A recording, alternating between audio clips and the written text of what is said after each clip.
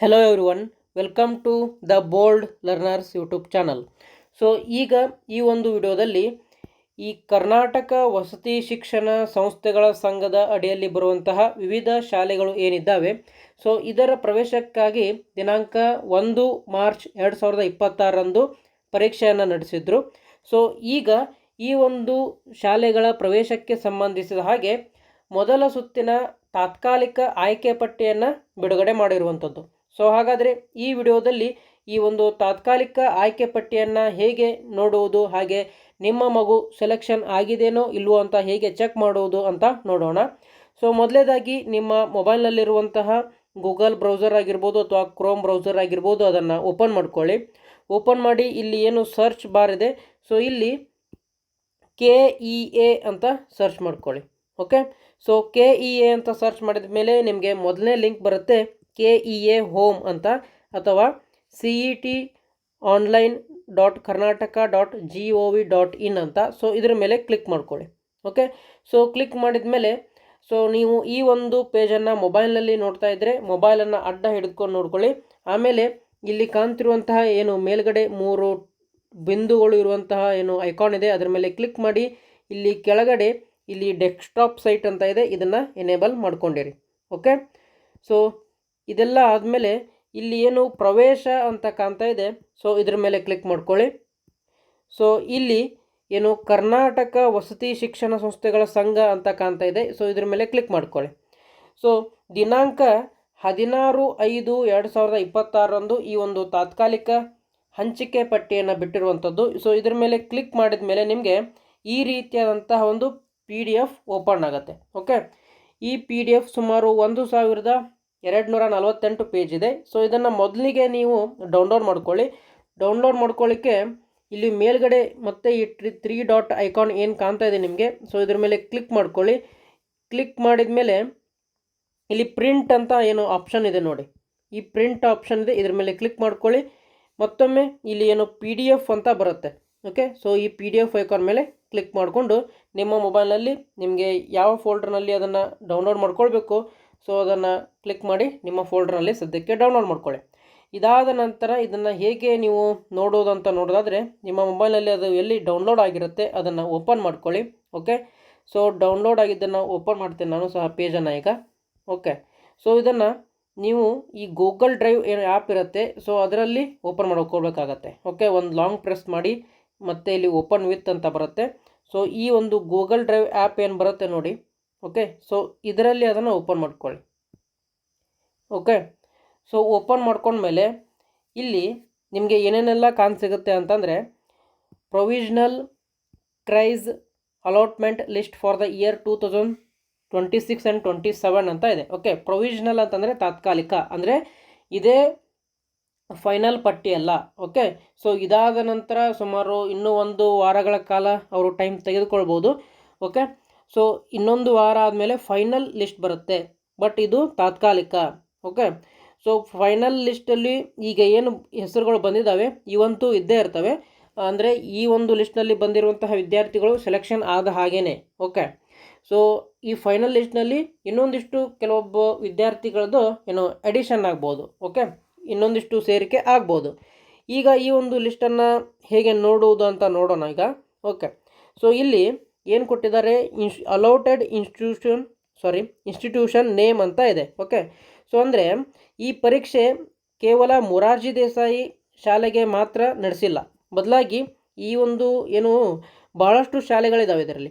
For example Morarji Desai ಶಾಲೆ, ಕಿತ್ತೂರು ರಾಣಿ ಚೆನ್ನಮ್ಮ, ಏಕಲವ್ಯ ಮಾದರಿ, Atal Bihari Vajpayee, Shrimati Indira Gandhi, doctor BR Ambedkar. Okay, ಆಮೇಲೆ ಮಾಸ್ತಿ ವೆಂಕಟೇಶ್ ಅಯ್ಯಂಗಾರ್, ಸಂಗೊಳ್ಳಿ ರಾಯಣ್ಣ, ಈ ರೀತಿ ಬಹಳಷ್ಟು ಶಾಲೆಗಳನ್ನು ಕೂಡಿ ಒಂದು ಎಕ್ಸಾಮನ್ನು ನಡೆಸಿದರು. ಸೊ ಹಾಗಾದರೆ ಈ ಲಿಸ್ಟ್ನಲ್ಲಿ ಸಹ ಈ ಎಲ್ಲ ಶಾಲೆಗಳದ್ದು ಲಿಸ್ಟ್ ಇದೆ. ಓಕೆ, ಸಪ್ರೇಟಾಗಿ ಮೊರಾರ್ಜಿ ದೇಸಾಯಿ ಶಾಲೆದೆ ಅಂತಲೂ ಕೊಟ್ಟಿಲ್ಲ. ಓಕೆ, ಎಲ್ಲ ಶಾಲೆದಿದೆ. ಫಾರ್ ಎಕ್ಸಾಂಪಲ್ ಇಲ್ಲಿ ನೋಡಿ, ಅಲೋಟೆಡ್ ಇನ್ಸ್ಟಿಟ್ಯೂಷನ್ ನೇಮ್ ಅಂತ ಇದೆ. ಸೊ ಇಲ್ಲೇನಿದೆ, ಒಂದು ಮೊದಲಿಗೆ ABVRAS ಅಂತ ಇದೆ. ಓಕೆ, ABVRAS ಅಂದ್ರೇನು, ಅಟಲ್ ಬಿಹಾರಿ ವಾಜಪೇಯಿ ರೆಸಿಡೆನ್ಷಿಯಲ್ ಸ್ಕೂಲ್ ಅಂತ. ಓಕೆ, ಸೊ ಅದೇ ರೀತಿಯಾಗಿ ನೀವು ಇನ್ನೊಂದು ಸ್ವಲ್ಪ ಕೆಳಗಡೆ ಹೋದರೆ, ಓಕೆ ಒಂದು ನಿಮಿಷ, ಇಲ್ಲಿ ನೋಡಿ, IGRS ಅಂತ ಇದೆ. ಓಕೆ, ಸೊ IGRS ಅಂದರೆ ಏನು? ಶ್ರೀಮತಿ ಇಂದಿರಾ ಗಾಂಧಿ ರೆಸಿಡೆನ್ಷಿಯಲ್ ಸ್ಕೂಲ್ ಅಂತ. ಅದೇ ರೀತಿಯಾಗಿ 640ನೇ ಪೇಜ್. ಓಕೆ, ಸೊ 640ನೇ ಪೇಜಿಂದ ನಿಮಗೆ ಈ ಒಂದು ಏನು ಮೊರಾರ್ಜಿ ದೇಸಾಯಿ ಶಾಲೆಗಳಲ್ಲಿ ಯಾರ್ಯಾರು ವಿದ್ಯಾರ್ಥಿಗಳು ಸೆಲೆಕ್ಟ್ ಆಗಿದ್ದೀರಾ 640ನೇ ಪೇಜಿಂದ ತೋರಿಸಿದ್ದಾರೆ. ಓಕೆ, ಒಂದು ನಿಮಿಷ.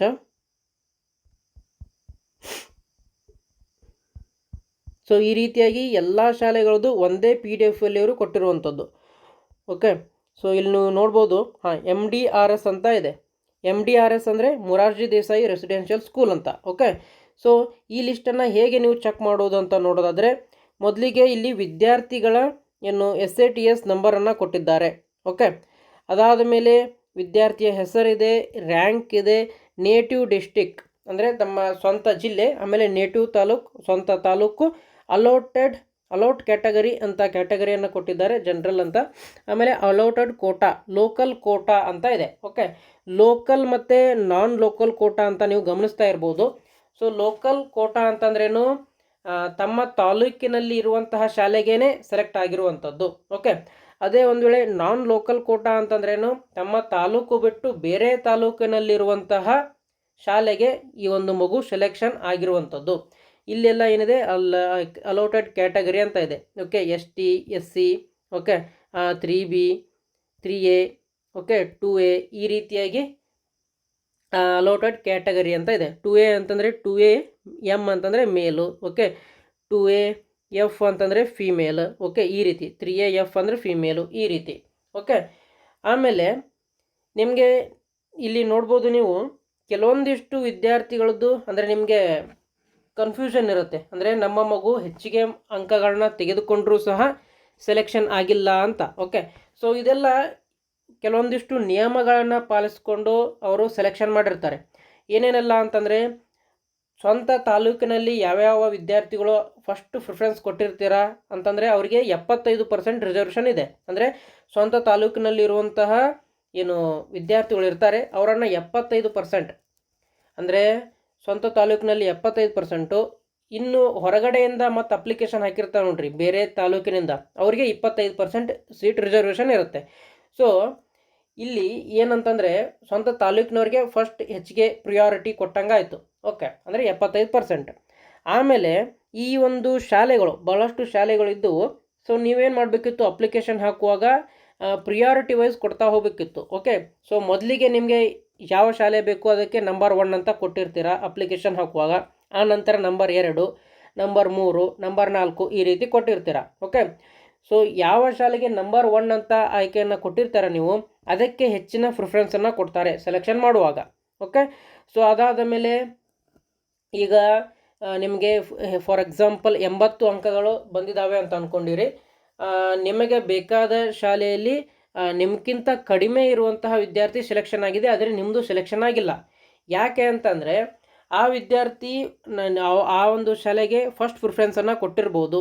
ಓಕೆ, ಅಥವಾ ಆ ವಿದ್ಯಾರ್ಥಿ ಅದೇ ತಾಲೂಕಿನವನು ಆಗಿರ್ಬೋದು. ಓಕೆ, ಈ ರೀತಿಯಾದಂಥ ಭಾಳಷ್ಟು ಮಾನದಂಡಗಳು ಇರ್ತವೆ. ಓಕೆ, ಸೊ ಹಾಗಾಗಿ ಹೆಚ್ಚಿಗೆ ಅಂಕ ತೆಗೆದುಕೊಂಡಿದ್ರೂ ಸೆಲೆಕ್ಷನ್ ಆಗದೇ ಇರುವಂತಹ ಚಾನ್ಸಸ್ಗಳು ಇರ್ತವೆ.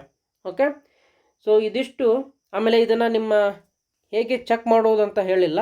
ಸೊ ಹೇಗೆ ಚೆಕ್ ಮಾಡೋದು ಅಂತ ಅಂದರೆ, ಸೊ ಇದನ್ನು ಡ್ರೈವ್ ಆ್ಯಪ್ನಲ್ಲಿ ಓಪನ್ ಮಾಡಿರ್ತೀರ ನೀವು, ಗೂಗಲ್ ಡ್ರೈವ್ ಆ್ಯಪ್ನಲ್ಲಿ. ಸೊ ಇಲ್ಲಿ ಮೇಲ್ಗಡೆ ಏನು ಸರ್ಚ್ ಐಕಾನ್ ಇದೆ ನೋಡಿ, ಮೇಲ್ಗಡೆ ರೈಟಲ್ಲಿ ಸರ್ಚ್ ಐಕಾನ್ ಇದೆ. ಸೊ ಇದನ್ನು ಕ್ಲಿಕ್ ಮಾಡಿ ಇಲ್ಲಿ ಏನು ಎಂಟರ್ ಮಾಡಿ ಅಂತಂದರೆ, ನಿಮ್ಮ ಮಗುವಿನ ಏನು SATS ನಂಬರ್ ಇರುತ್ತೆ ನೋಡಿ. ಓಕೆ, ಆ SATS ನಂಬರನ್ನು ಎಂಟರ್ ಮಾಡಿ ಸ್ವಲ್ಪ ಹೊತ್ತು ವೇಟ್ ಮಾಡಬೇಕಾಗತ್ತೆ. ಯಾಕಂದರೆ ಈ ಒಂದು PDF ಸುಮಾರು 1200 ಪೇಜ್ಗಳಿಂದ ಹೆಚ್ಚಿಗೆ ಇದೆ. ಸರ್ಚ್ ಮಾಡಲಿಕ್ಕೆ ಸ್ವಲ್ಪ ಟೈಮ್ ತೆಗೆದುಕೊಳ್ಳುತ್ತೆ. ಓಕೆ, ನಿಮ್ಮ ಮೊಬೈಲ್ ಎಷ್ಟು ಫಾಸ್ಟ್ ಇರುತ್ತೆ ಅಷ್ಟು ಬೇಗ ಸರ್ಚ್ ಮಾಡುತ್ತೆ. ಓಕೆ, ಇಲ್ಲಿ ಆಮೇಲೆ ಇನ್ನೊಂದು ಗಮನದಲ್ಲಿ ಇಟ್ಕೊಳ್ಬೇಕು, ನಿಮ್ಮ ಮಗು ಸೆಲೆಕ್ಷನ್ ಆಗಿದ್ದರೆ ಮಾತ್ರ ಅದು ರಿಸಲ್ಟನ್ನು ತೋರಿಸುತ್ತೆ ಇಲ್ಲಿ. ಓಕೆ, ಸೊ ಅದನ್ನು ಸಹ ನೀವು ಗಮನದಲ್ಲಿ ಇಟ್ಕೊಂಡಿರಬೇಕು. ಹಾಗಾದರೆ ಈ ವಿಡಿಯೋದಲ್ಲಿ ನಿಮ್ಮ ಮಗುವಿನದ್ದು ಹೇಗೆ ಈ ಒಂದು ರಿಸಲ್ಟನ್ನು ಚೆಕ್ ಮಾಡೋದು ಅಂತ ಹೇಳಿದ್ವಿ ನಾವು. ಮತ್ತೆ ಮುಂದಿನ ವಿಡಿಯೋದಲ್ಲಿ ಈ ಒಂದು ಶಾಲೆಗಳ ಪ್ರವೇಶ ಪರೀಕ್ಷೆಗೆ ಸಂಬಂಧಿಸಿದಂತೆ ಮತ್ತೊಂದಿಷ್ಟು ಮಾಹಿತಿಗಳನ್ನ ತೆಗೆದುಕೊಂಡು ಬರ್ತೀವಿ. ಅಲ್ಲಿವರೆಗೂ ಆಲ್ ದ ಬೆಸ್ಟ್. ಎಲ್ಲ ಸೆಲೆಕ್ಷನ್ ಆಗಿರೋರಿಗೆ ಜೈ ಹಿಂದ್.